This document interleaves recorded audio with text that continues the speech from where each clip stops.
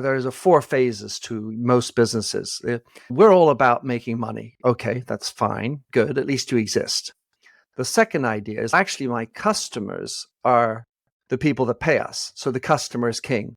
This is the second level of development or enlightenment, if you will, and most companies have figured out actually that the customer is important, and they lost the plot. All of a sudden, the internet will come up, and everyone now is talking about customer centricity. Only about 1/4 of them are doing it well, and the rest are all still paying lip service to it. The thing that gets that customer centricity to work is to have enlightened and engaged employees. So my attitude is to say you should be employee first, customer centric.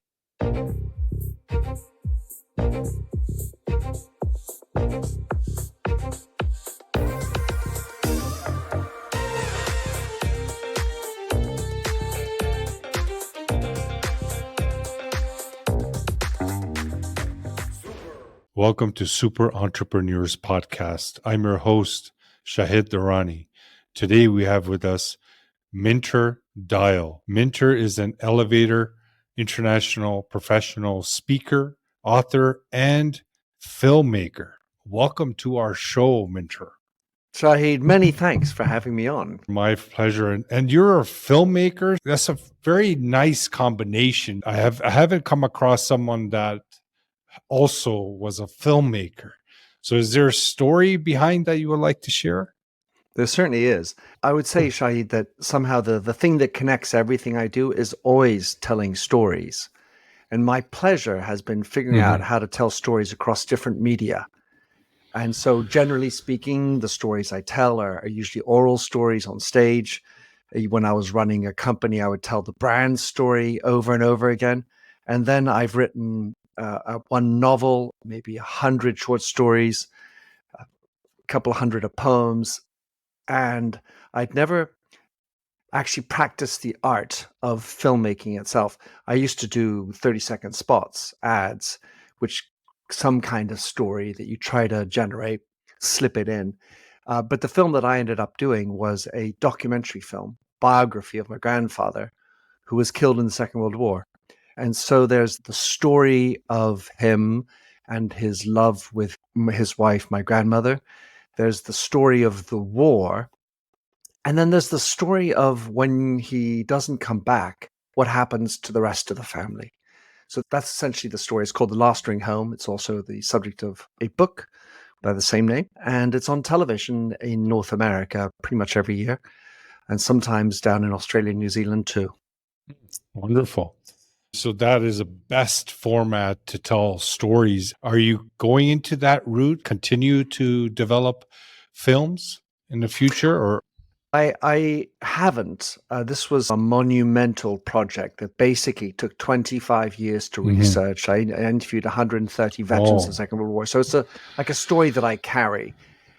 And what's beautiful about stories, it may or may not be the best medium to use. It certainly is a different one than when you use, for example, a book or so on. But what's been glorious is to see how this story begets other stories. And recently, a woman saw my film, said, "Oh my gosh, I love that story. I have a similar story." And it eventually has now created her own film. And I'm going to be going to the premiere of that in San Diego, January 8th. So that's the extent of the continuation of my story. Definitely telling stories is something that you habitually enjoy.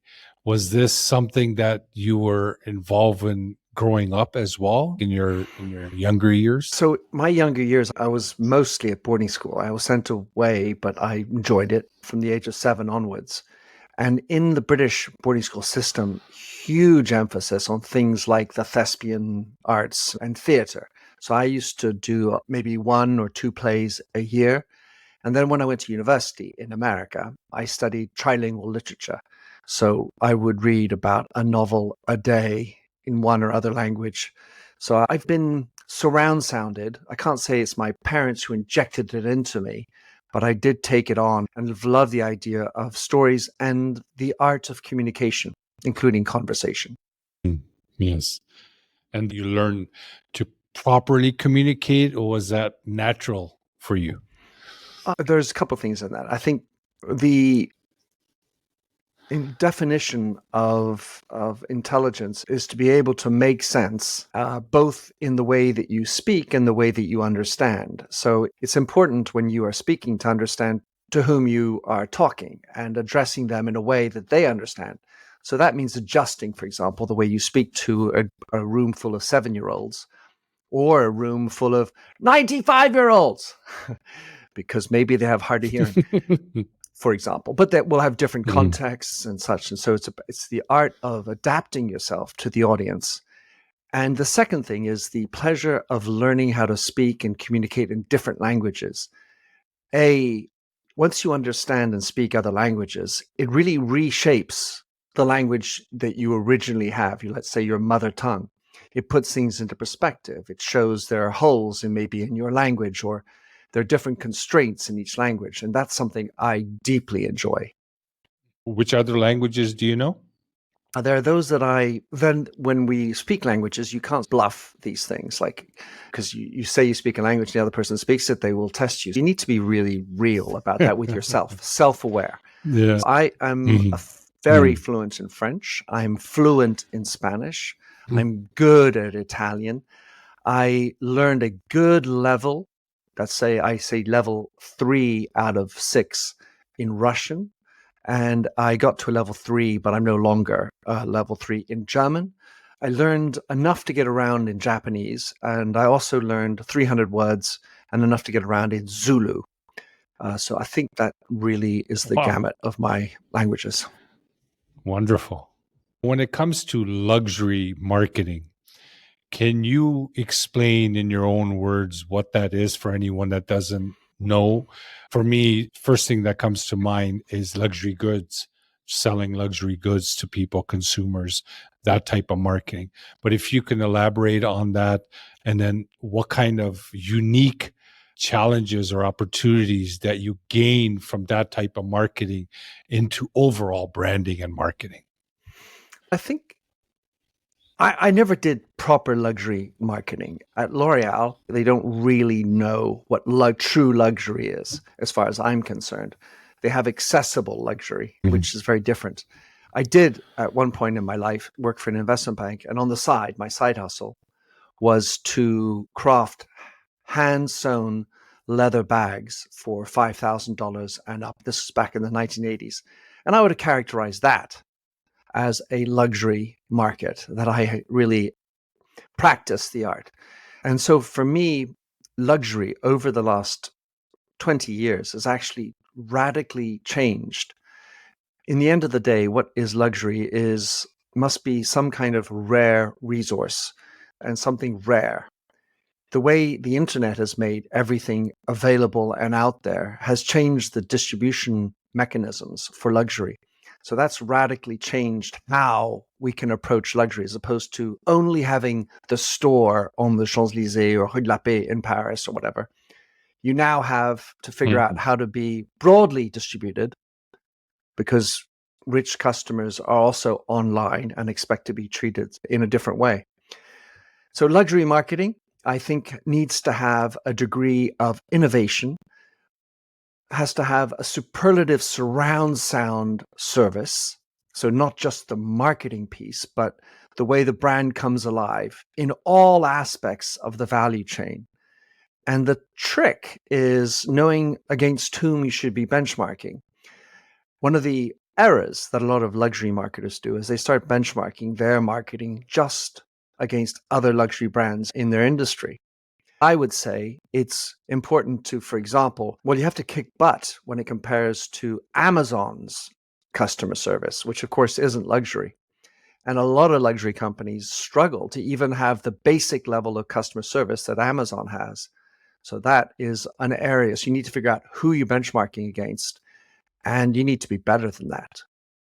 So it definitely sounds a lot about luxury marketing, though, even though you just had that one experience. Is that something that you help companies with as of today? I don't go down into the granularity of the marketing per se. What I will do is look at the Mm. brand leadership. Because for me, one of the things that I learned when I was at L'Oreal was to understand the power of a real brand. And a lot of brands are very lightweight in my definition, and especially luxury brands. They want to base their positioning on founded in 1828, as if that's enough with a beautiful logo and perhaps a nice store. But what for me is important in brand and the brand strategy stuff that I talk about is figuring out what your brand feels like for your employees straight through the value chain, which means things like what behavior, what symbols, what vocabulary makes your brand come alive inside and outside the organization. So it can't be just a logo on the outdoor, a beautiful shiny C and a D. It can't be just a phenomenal product. Those are basics. What is it? How are you making the world a better place?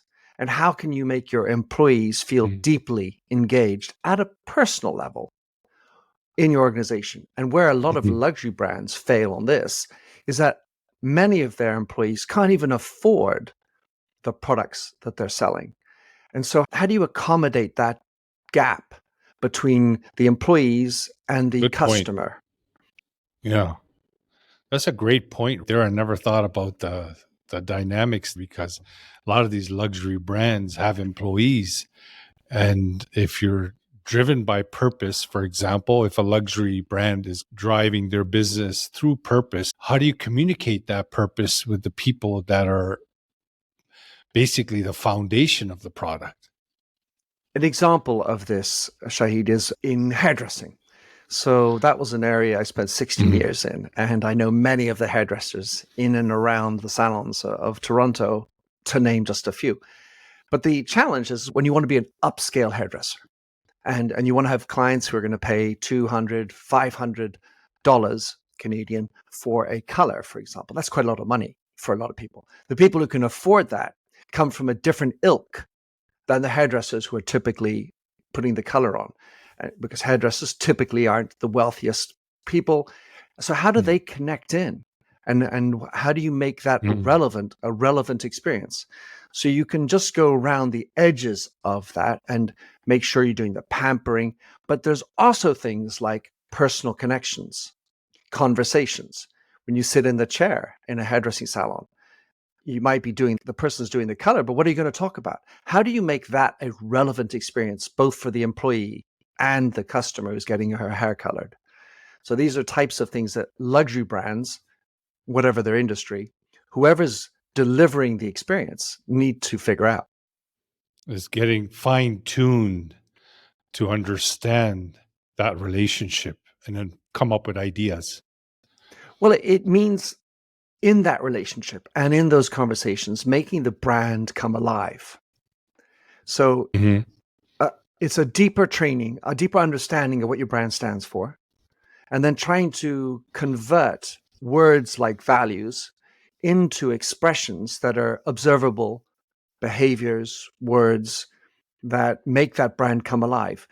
And it has to be coming alive for the employee as well, not just for the customer who's sitting in the chair or standing across the counter looking at these fine jewels or whatever they're doing.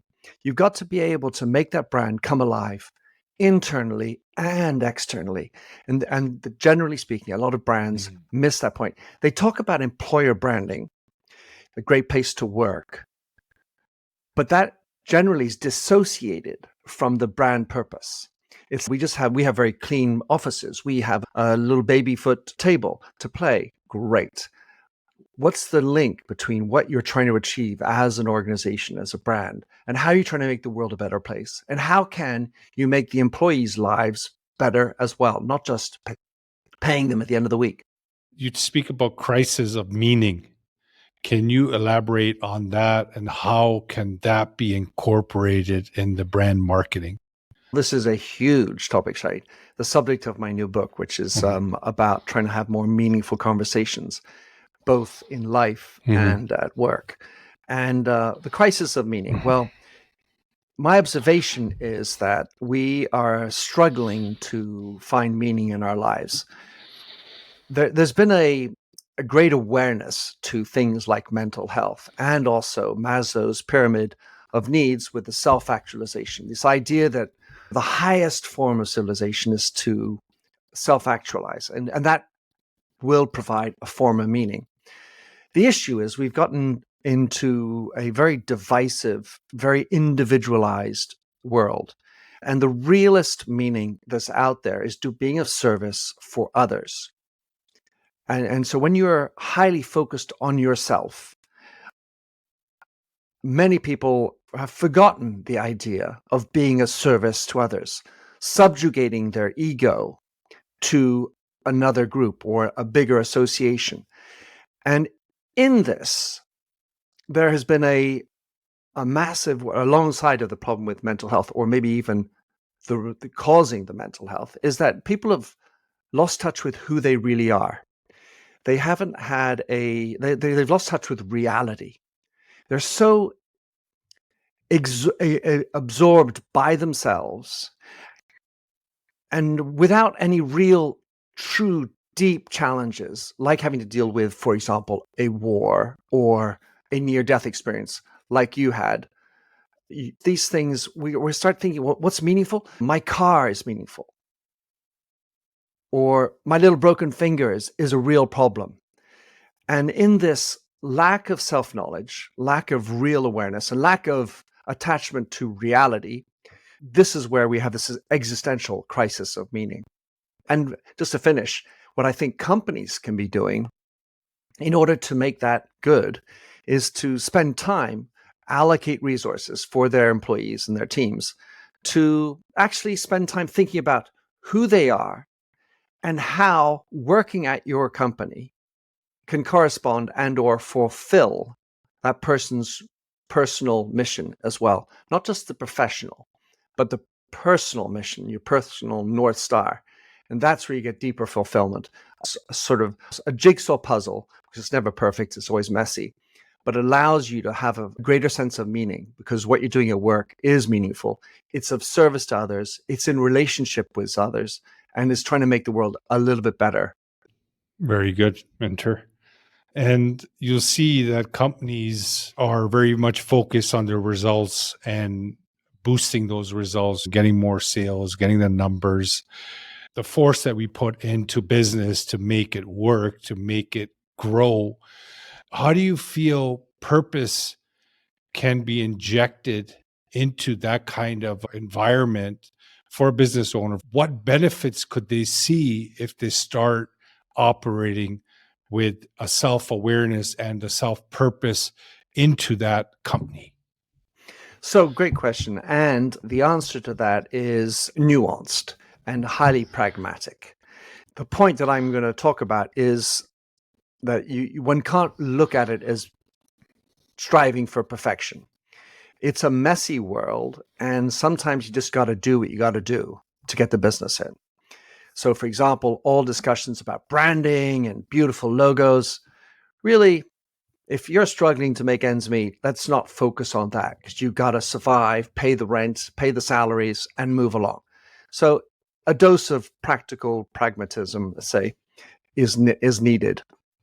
But my observation is that if you are led by the desire for profit or led by the desire to perform and pay off your shareholders, that is, it can work, but it generally has two downfalls. First of all, short term and burnout or cyclical burnout, because this is generally what happens. Yes. The thing that creates a deeper sense of energy that allows you to deal with all the shit that goes down, because that's what happens in life and at work, is to have a sense of why you're doing what you're doing. There's 4 phases to most businesses. We're all about making money. Okay, that's fine. Good. At least you exist. The second idea is actually my customers are the people that pay us. So the customer is king. This is the second level of development or enlightenment, if you will, and most companies have figured out actually that the customer is important. And they lost the plot. All of a sudden, the internet will come up, and everyone now is talking about customer centricity. Only about 1/4 of them are doing it well, and the rest are all still paying lip service to it. The thing that gets that customer centricity to work is to have enlightened and engaged employees.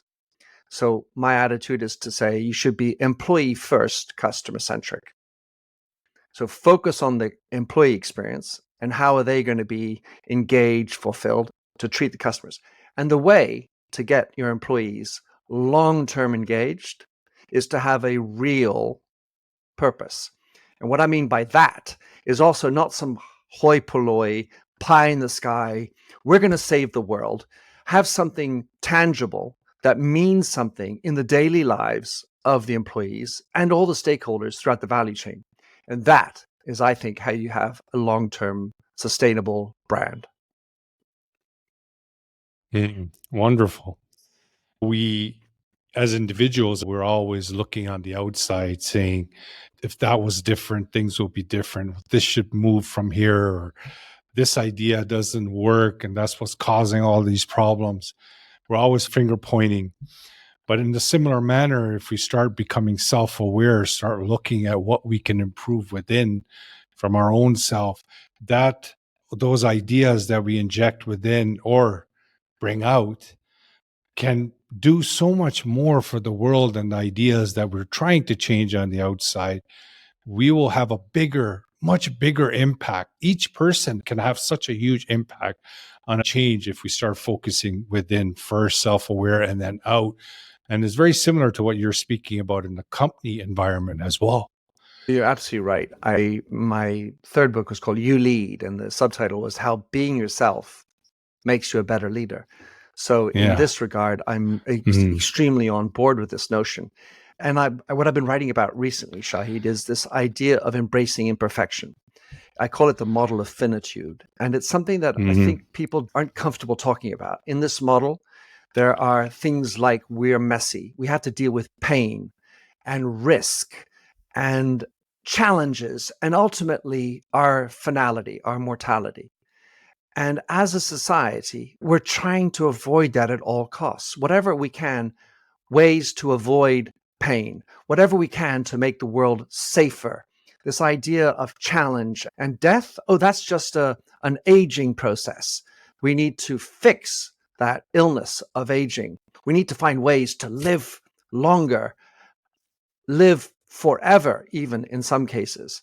And so this is what I call the model of finitude. And the lack of self-awareness has, in my opinion, contributed heavily to the mental health disorders that we see out there, and certainly are making life in big offices unbearable because you don't know yourself. When you don't know yourself, things are going to pop out, chips on shoulders, bad attitudes, or triggered quickly without holding yourself down and being accountable to yourself. Yes. It's like anything on the outside could just completely shift that individual. The pureness of that individual is so wonderful. The real them, who they truly are, but masked with all these ideas and the ego, of course, the thoughts, feelings, and actions without observing them. You allow them to take over, and then you lose out on the true uniqueness of who you are for yourself and your company. So I completely agree. You just say it so much better. And I really enjoyed meeting you and speaking to you and learning about all this. My final question to you would be is what do you feel your innermost superpower is that got you to this point in life? And I must thank my friends at L'Oreal for bringing this out. I'm at once soldier and poet. I think of myself as a doer and a dreamer, and it's making that mixture work. So I love to dream, but I also am deeply linked into my wishes to be deeply linked into reality. So if I think about, I've written a lot about empathy, for example. I'm not a dictator of empathy. I want to be practical about it. I think it's a really important quality. It's a beautiful quality, like hope and progress are great things, and beauty is also a wonderful quality. But let's not strive for perfection. Let's not strive to make the world a better place. Let's strive to make your world a better place. Be realistic about what you're trying to achieve, and don't go virtue signaling about how you're trying to save the world when you don't even know how to fix your family. Yes, so true. Thank you so much, Minter, for joining us today. It was a real pleasure speaking to you and learning about your past, and especially that film that you made and what you're doing for people, because sometimes this type of message, it becomes a wake-up call. An individual or a company might not even know this is something that could completely shift the dynamics of their company and also their growth, relationships, because everything in life is a relationship. And you going out and providing your time on these shows to send this message out can make a huge impact, not just for that one person that heard this message, but it could have an impact on countless other people while they're alive. If there's any final words you would like to share, please go ahead. What I would say is that it often takes having a near-death experience to get this mojo going. And before having one, here's what I'm going to say. Wake up. The thing is this, that very likely you think you have an idea, a general idea of who you are. We all rationally, cognitively get that idea. But here's the wake-up call. Consciously. It's a very broad and vague. It's likely that's a very broad and rather vague thing. Could you put it down in one sentence? The person you want to be by the time you've finished your life. One sentence. What is that one sentence? And if you haven't done that work, I would encourage you to think more deeply about who you are and what you want to be, and then lean into that. And by the way, it's never going to be a perfect sentence. It's a work in progress, because it actually isn't about achieving the destination. It's about the journey in the first place. Spend some time. Give yourself a gift. You can start with meditation, but give yourself a gift of spending time on being deeply interested in who you are, including your foibles, your darker side, and not necessarily be transparent and show how your dark side. This is not about us being pragmatic, but just be aware of who you are. Spend some time on that, and it will pay you back in volumes. Because there's this thing called authenticity. Oh, yes. It's brilliant. Oh, everyone says radical transparency, authenticity. Yeah, but I would argue that a lot of those calls for authenticity are because those people themselves don't know themselves, aren't authentic. They want everyone else to be authentic and transparent, but they aren't doing it themselves. So start by figuring out who you are.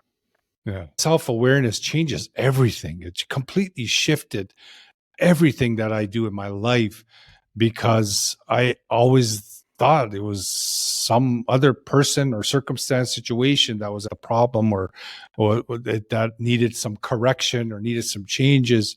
It just makes everything so much more clear. Like turning a light in a dark room brightens up your internal world, but then that reflects in the world that you are engaging with. So I really appreciate your time today. 100%. And thank you so much for agreeing to help us promote this episode on your network. It just helps us make a bigger impact. And again, definitely keep in touch, and we'll see you soon. You bet, Shahid. Thank you for having me on.